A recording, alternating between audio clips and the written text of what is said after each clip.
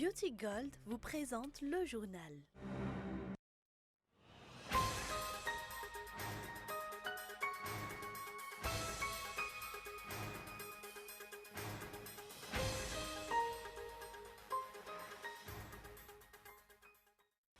La campagne électorale pour la prochaine législative qui se tiendra le 27 mai prochain s'ouvre officiellement aujourd'hui.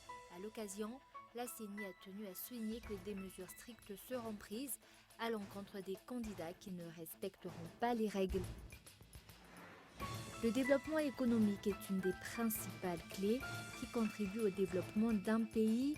Toutefois, à Madagascar, de nombreux points portant sur ce sujet méritent encore d'être étudiés, à l'exemple d'un soutien aux entreprises sur tous les plans.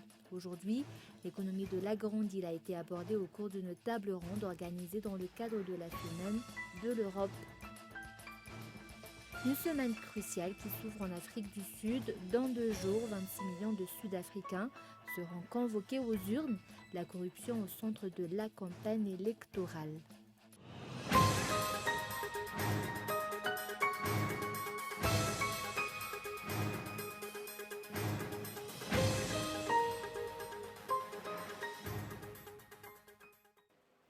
Bonsoir à tous et bienvenue dans cette nouvelle édition du journal en version française sur Cool TV.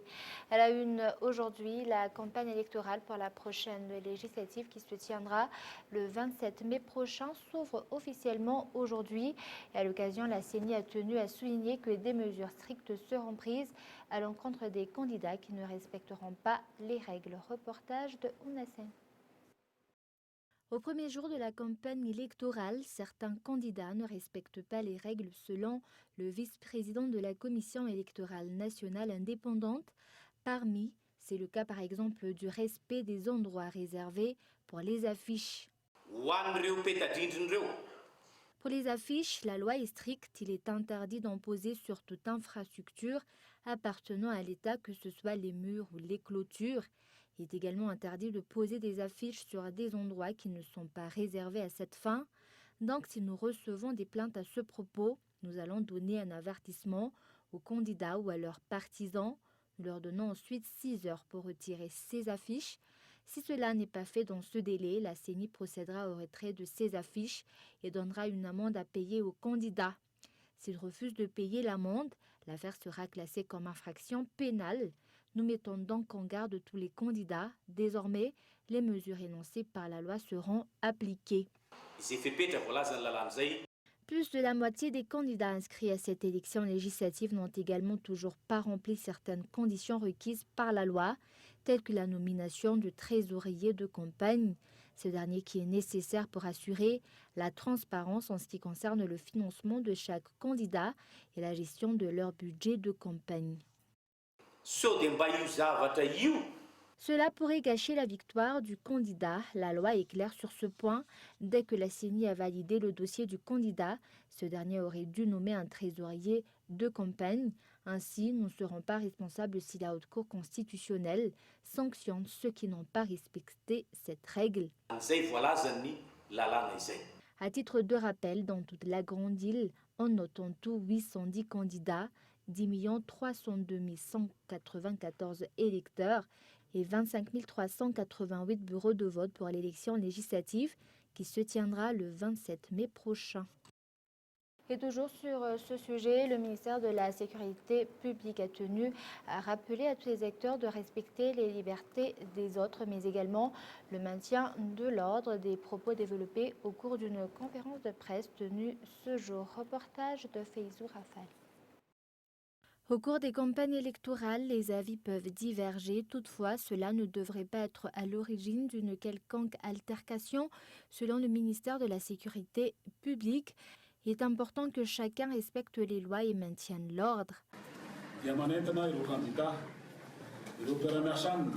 Nous incitons les candidats et leurs partisans à respecter l'ordre et à respecter la liberté des autres en observant la loi, qu'il s'agisse uniquement de débats d'idées, car n'oublions pas qu'en parallèle à cette campagne, chaque citoyen poursuit leur travail quotidien. Nous attendons donc de chaque candidat qu'ils mettent en place des mesures pour assurer l'ordre au cours des événements qu'ils organiseront avant, pendant et après les élections. De notre côté, nous allons également prendre certaines dispositions pour assurer l'ordre et la sécurité afin que cette élection se déroule sans accroche.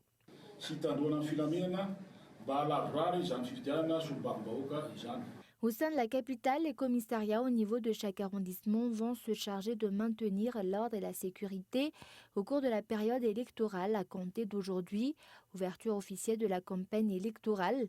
D'autre part, le respect des règles au niveau de la police nationale va être renforcé, raison pour laquelle des membres de la police nationale ont été mis dernièrement sous les verrous. Page économique, les opérateurs pétroliers de la Grande Île sont responsables de la dégradation des infrastructures routières à Madagascar et pour cause, ils doivent encore à l'État une redevance d'entretien routière estimée jusqu'à 140 milliards d'ariars et d'autre part, les déclarations selon lesquelles ces distributeurs pétroliers ne sont pas bénéficiaires sont absurdes. Reportage de Mian Taranjanef. Le mauvais état des infrastructures routières de la Grande Île et le fait qu'elles ne peuvent pas être entièrement réhabilitées est en grande partie dû au fait que les opérateurs pétroliers n'ont pas payé les redevances d'entretien routière selon le ministre de l'Aménagement du Territoire, de l'Habitat et des Travaux publics après la déclaration faite par le groupement des pétroliers de Madagascar. Cette redevance impayée atteint un montant de 140 milliards d'ariary. Nanomboka tamin'ny valo sy roa arivo dia tokony ho 7 isan-jato. Un arrêté ministériel pris en 2008 fixe 7% du taux de prélèvement de la redevance pour l'entretien routier pour les carburants. Pourtant, cette disposition n'a pas été respectée. Je ne comprends pas pourquoi on a remplacé un arrêté ministériel par une simple décision qui a fixé une RER forfaitaire de 288 ariars pour l'essence et 129 ariars pour le gasoil, ce qui ne respecte pas du tout le 7% prévu. Pourtant, depuis 10 ans, l'envie dans ce complot, une investigation menée par l'Office malgache des hydrocarbures, a révélé que les opérateurs pétroliers font un bénéfice de 12 milliards d'ariars par mois. Si on fait la comparaison avec les autres pays africains, Madagascar est parmi les pays où le coût des carburants est le plus élevé.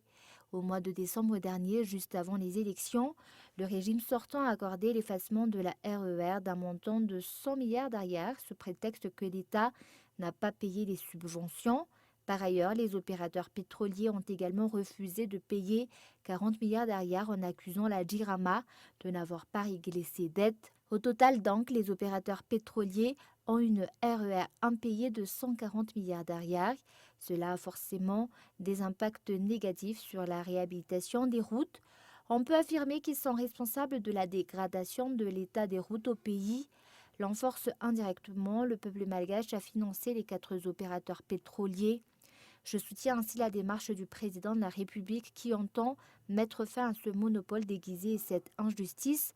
Je lance d'ailleurs un appel à l'endroit de tous les Malgaches afin de soutenir cette action, afin de changer cette triste réalité et de faire preuve de compréhension. Les propos selon lesquels les distributeurs pétroliers seraient en perte ne tiennent également pas la route. D'après une enquête menée par l'Office malgache des hydrocarbures, les bénéfices des distributeurs pétroliers s'élèvent à 12 milliards d'ariars par mois. Des mesures pour le paiement de cette redevance ont été mises en place. Désormais, le ministère que je dirige n'acceptera plus le retard dans le paiement des RER. Nous envisageons aussi d'élaborer une nouvelle loi régissant le fonds d'entretien routier pour mettre en place un fonds routier. Cette nouvelle loi prévoit un taux d'intérêt ou des sanctions pour chaque retard de paiement des taxes. En tout cas, l'État ne fera pas machine arrière. Il est désormais temps de prioriser les intérêts du peuple malgache. L'unique solution, c'est le respect de la loi et du cadre légal, de faire l'objet d'une transparence pour les marges de vente et de songer enfin aux intérêts du peuple. Avant de forcer l'État à payer leurs subventions et de réduire le taux de redevance, les opérateurs pétroliers devraient se demander s'ils ont respecté leurs engagements. Les mesures prises par l'État seront prises en fonction des intérêts du pays et de son peuple. Pour rappel, selon les résultats d'une enquête menée sur le coût du carburant dans plusieurs pays du continent africain, à Madagascar, le prix de ce produit devrait encore pouvoir baisser. Et le développement économique est une des principales clés qui contribuent au développement d'un pays. Toutefois, à Madagascar, de nombreux points portant sur ce sujet méritent encore d'être étudiés, à l'exemple du soutien aux entreprises sur tous les plans. Et aujourd'hui, l'économie de la Grande Île a été abordée au cours d'une table ronde organisée dans le cadre de la Semaine de l'Europe. Reportage. D'après un rapport publié par la Banque centrale de Madagascar, le PIB de la Grande Île a atteint 5,6% en 2018. Une évolution conséquente a été notée au niveau du domaine de l'agriculture. D'autre part, l'inflation est passée de 9% en 2017 à 6,1% l'année dernière. En général, d'après les explications, les solutions à long terme pour assurer le développement économique se divisent en plusieurs grands points. Outre l'augmentation du PIB, le maintien d'un taux stable de l'inflation, il faut également revoir les échanges commerciaux, la maîtrise de la valeur de l'arrière par rapport aux monnaies étrangères et la mise en place d'objectifs à court et à long terme, à l'exemple d'un soutien aux entreprises malgaches. Dans le cadre de la Semaine de l'Europe qui a débuté aujourd'hui, un dialogue sur table ronde a été organisé aujourd'hui à Anous pour aborder le sujet de l'économie au sein de la Grande Île. Une table ronde qui concerne également les projets d'une durée de 5 ans, financés par l'Union européenne depuis 2014, d'une valeur de 8 millions d'euros et qui ont pour but de soutenir le secteur privé à Madagascar. Presque tous les acteurs économiques de la Grande Île ont participé à cette table ronde. On y a retrouvé des patrons d'entreprises, des syndicalistes, des opérateurs économiques, des économistes, mais également des représentants de l'État. Pour un nouvel essor de l'entreprise malgache, c'est le thème adopté pour ce dialogue. Et avant de passer aux actualités internationales, au dernier bilan de l'incendie qui s'est produit dans un quartier de la commune urbaine d'Ifanadine dans la nuit du samedi. En tout, 30 maisons ont été réduites en cendres. Aucun décès n'a été à déplorer. Toutefois, plusieurs centaines de personnes se sont retrouvées sans abri suite à ce sinistre. Et au Royaume-Uni, le Royal Baby est arrivé. La duchesse de Sussex a donné naissance à son premier enfant. Il sera présenté d'ici 48 heures. Reportage de France 24. Il est 7e dans l'ordre de succession au trône. Nous ne connaissons par contre pas son prénom et d'après l'heureux papa qui n'arrête pas de sourire, c'est lui qui a confirmé que son épouse avait bien accouché et que Meghan et le petit garçon se portaient bien, qu'il n'avait jamais auparavant assisté à une naissance. C'est une première. Il a dit que c'est un travail extraordinaire que font les femmes d'accoucher. Et il a prévenu qu'ils avaient un peu plus de temps, puisque le bébé est arrivé un peu plus tard que prévu, pour réfléchir à un nom, en discuter avec la famille. Il est certain, il ne l'a pas dit, mais je peux vous le dire, qu'il aura besoin de consulter la reine pour son approbation et son feu vert. Et en tout cas, donc cet heureux papa, le prince Harry, nous a dit que d'ici 48 heures, nous verrons le bébé et c'est à ce moment-là que nous connaîtrons aussi son. Une semaine cruciale qui s'ouvre en Afrique du Sud. Dans 2 jours, 26 millions de Sud-Africains seront convoqués aux urnes et la corruption au centre de la campagne électorale. Reportage de France 24. Il est accueilli comme un sauveur. Depuis le départ de Jacob Zuma, son prédécesseur, Cyril Ramaphosa se présente comme le monsieur propre de l'ANC. Il ne se passe pas un meeting sans qu'il ne promette d'éradiquer la corruption à la plus grande satisfaction de ses troupes. Le président s'en occupe. C'est pas comme si on cachait sous le tapis des affaires de corruption. On en parle haut et fort et il va se passer des choses avec ceux qui ont volé de l'argent. L'ANC est en train de faire le ménage dans sa maison. Et c'est l'espoir de l'Afrique du Sud. Des nouveaux scandales éclatent toutes les semaines. Le pays croule sous les livres qui dénoncent l'implication des leaders de l'ANC dans des affaires toujours plus frauduleuses. Ce dernier ouvrage, Gangsta State, brosse un portrait décapant du numéro 2 du parti. Ace Marachoulé, le secrétaire général de l'ANC, aurait détourné des millions d'euros. Maintenant que l'information est dans le domaine public, notre système judiciaire et notre parquet doivent continuer le mouvement et s'assurer que les membres du gouvernement les plus haut placés seront poursuivis en justice et pourront répondre de leurs actes. La justice pourtant traîne en longueur. Visé par plus de 700 chefs d'inculpation, Jacob Zuma n'a pas encore été jugé. Il vit désormais dans sa villa de Nkandla, son village zoulou. Discret sur la scène politique, il reste très présent sur son compte Twitter, où on le voit se détendre entre sa piscine et ses motos. Pour les analystes, le parti de Nelson Mandela a perdu en crédibilité. D'une manière ou d'une autre, l'ANC va être punie. Reste à savoir si la punition sera sévère ou pas. Ils ne vont pas perdre cette élection, ça c'est fort peu probable. À chaque élection, le parti de Nelson Mandela perd un petit peu plus de terrain. Mais ses partisans semblent encore prêts à tout lui pardonner. Et avant de se quitter, je vous rappelle les grands points de ce journal.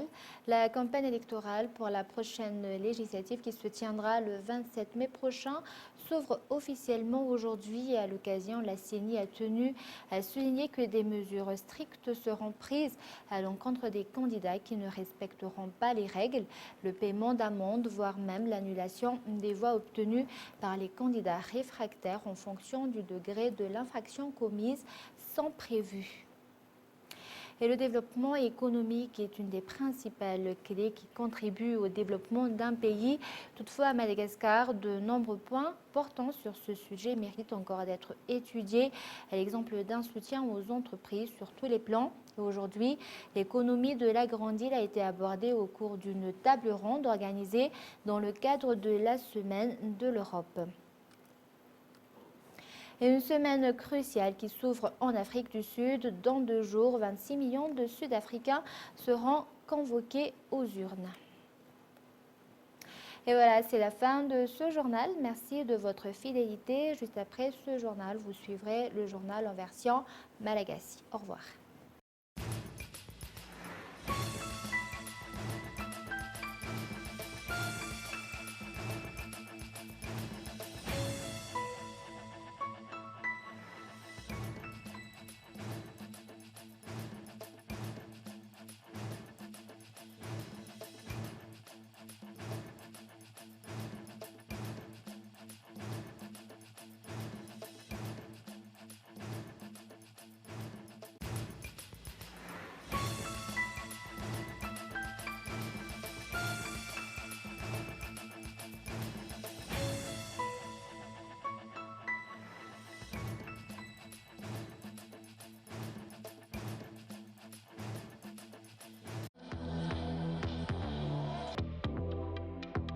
Le journal vous a été présenté par Beauty Gold.